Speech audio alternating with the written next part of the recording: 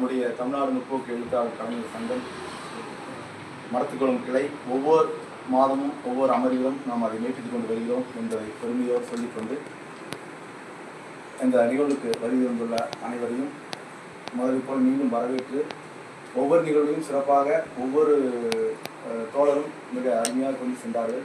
வரவேற்பை வழங்கிய ஐயா கடத்தூர் சேராம ஐயா அவர்களாகட்டும், அதைத் தொடர்ந்து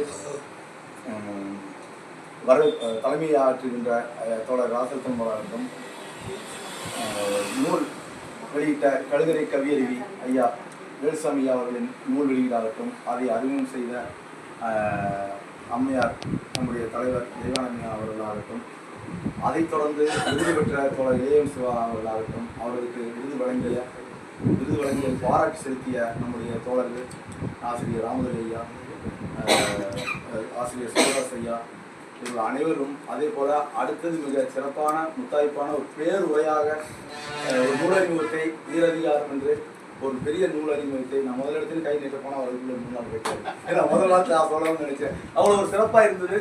நுண்ணிய அதுக்குள்ளேயே நம்ம ஒரு சென்று பயணித்த மாதிரி ஒரு உணர்வை தந்தது.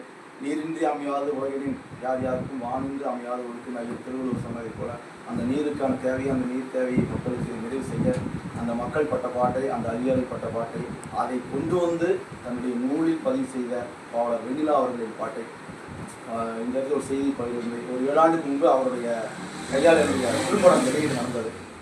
உடுமலை புத்தக திருவிழா வெண்ணிலா அவர்களும் அவருடைய கணவர் வீரசன் அவர்களும் கல் என்கின்ற நம்முடைய முதல் குறும்படத்தை வேறுபாடு நான் இருக்கிற படத்தை வெளியிட்டார்கள், பாட குறும்படத்தை.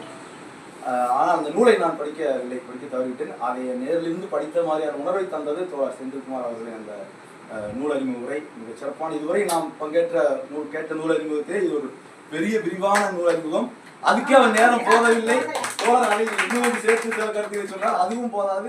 நான் அப்போது நினைத்தேன், ஒரு நாள் முழுக்கவாவது அது மட்டுமே வந்து ஒரு நூலறிமுகமாக வைத்து நிறைய தோழர்கள் வர வைத்து அதை நம்ம கொண்டு சேர்த்து எல்லாத்துக்கும் பரப்பணும் அப்படின்னு நான் நினைக்கிறேன். அதுக்கு வாய்ப்பு இருக்கு. ஏன்னா 4 நிகழ்வு 3 நிகழ்வு ஒரு நிகழ்வாக வைக்கும்போது நேரம் போதாது.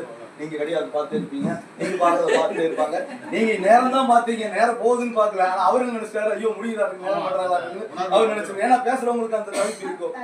தலைமையும் ஒருங்கிருக்கிறவங்களுடைய நிலைமை தான் உணர்வாங்க. அப்படியும் பார்த்துக்கும் போது அப்படி பேசி இவ்வளவு நேரம் இவ்வளவு விரிவா பேசுறாங்கன்னா இன்னும் தெளிவா விரிவான உரையா இருந்தால் அது இன்னும் சிறப்பா இருக்கும். நான் மட்டும் இல்லை, வந்திருக்க எல்லா தரவும் நினைப்பீர்கள்.